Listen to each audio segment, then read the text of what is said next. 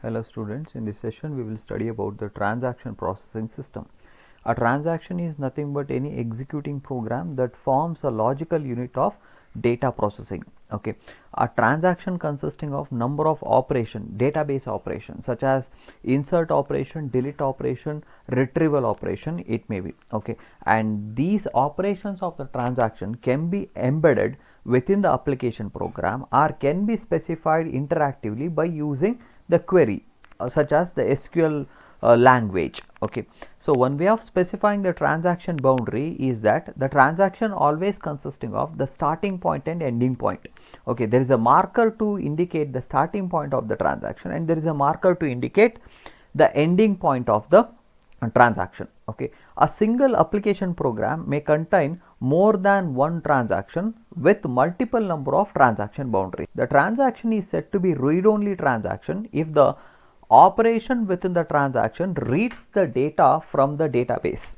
Okay, whereas the transaction is called as read-write transaction if the operations that belongs to a transaction perform the update operation. There are two basic operations that are used by the transaction in order to access the database value. What are those two?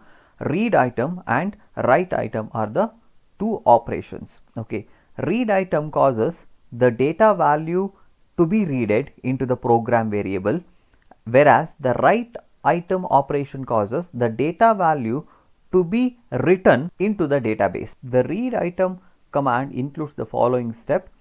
There are three steps. What are those? Find the address of the disk block that contain the item X, then copy that block from the memory to main memory buffer, and then copy the item X from the buffer into the program variable.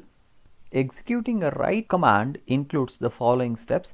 Find the address of the disk block that contains the item X, then copy the disk block into the buffer in main memory, then copy the item X from the program variable named X into the correct location in the buffer, store the updated block from the buffer back into the disk.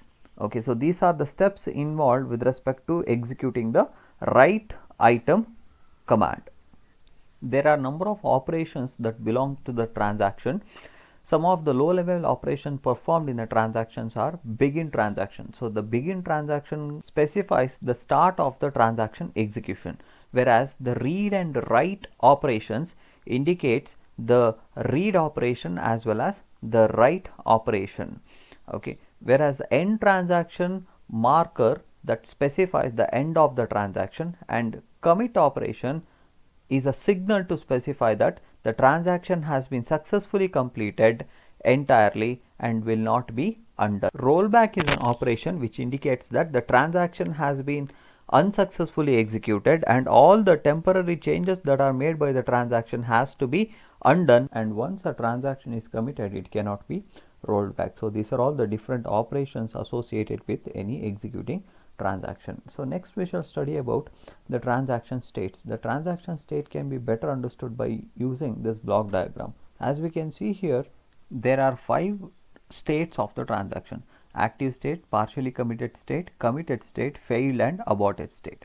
So let's discuss each transaction states one by one.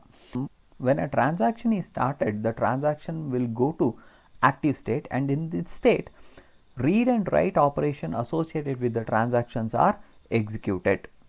When the last statement of the transaction is executed, which is end transaction, the transaction will go to the partially committed state. The transaction will go to the committed state after the successful execution of the transaction. If all the statement of the transaction has been successfully executed and corresponding values has been updated into the database, then the transaction will go to the committed state. As we can see in this block diagram, from the active state the transaction can go to failed state if no more execution of the transaction can take place. If the normal execution of the transaction is not possible anymore, then the transaction will go to the failed state. When a transaction gets failed, all the changes made by the transaction has to be undone by calling the rollback operation. After this, the transaction will go to a state called as aborted. So these 5 are the states associated with any executing transaction. In the next section, we will study about the desirable properties of the transaction. Okay, the transaction has four important properties. What are those? Those property, in short, it is addressed as acid property. Okay, A stands for atomicity. Okay, C stands for consistency, I stands for isolation, and D stands for durability.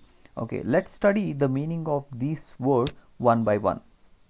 A transaction should be considered as an atomic unit of processing, nothing but there are number of associated operation with respect to the transaction. All the operations are executed completely or none of the operations should be executed. Okay, no transaction should be left out partially executed.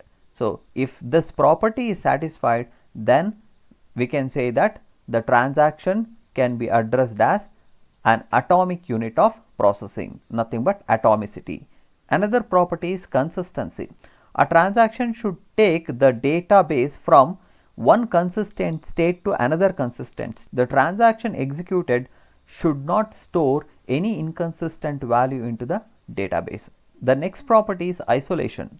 This property says that an executing transaction should not disturb any other executing transaction that are running in parallel or that are running simultaneously. If one is disturbing the other, then the property is violated. And the last property is durability. If a committed transaction brings about a change, the change should be durable in the database and not lost in case of any failure.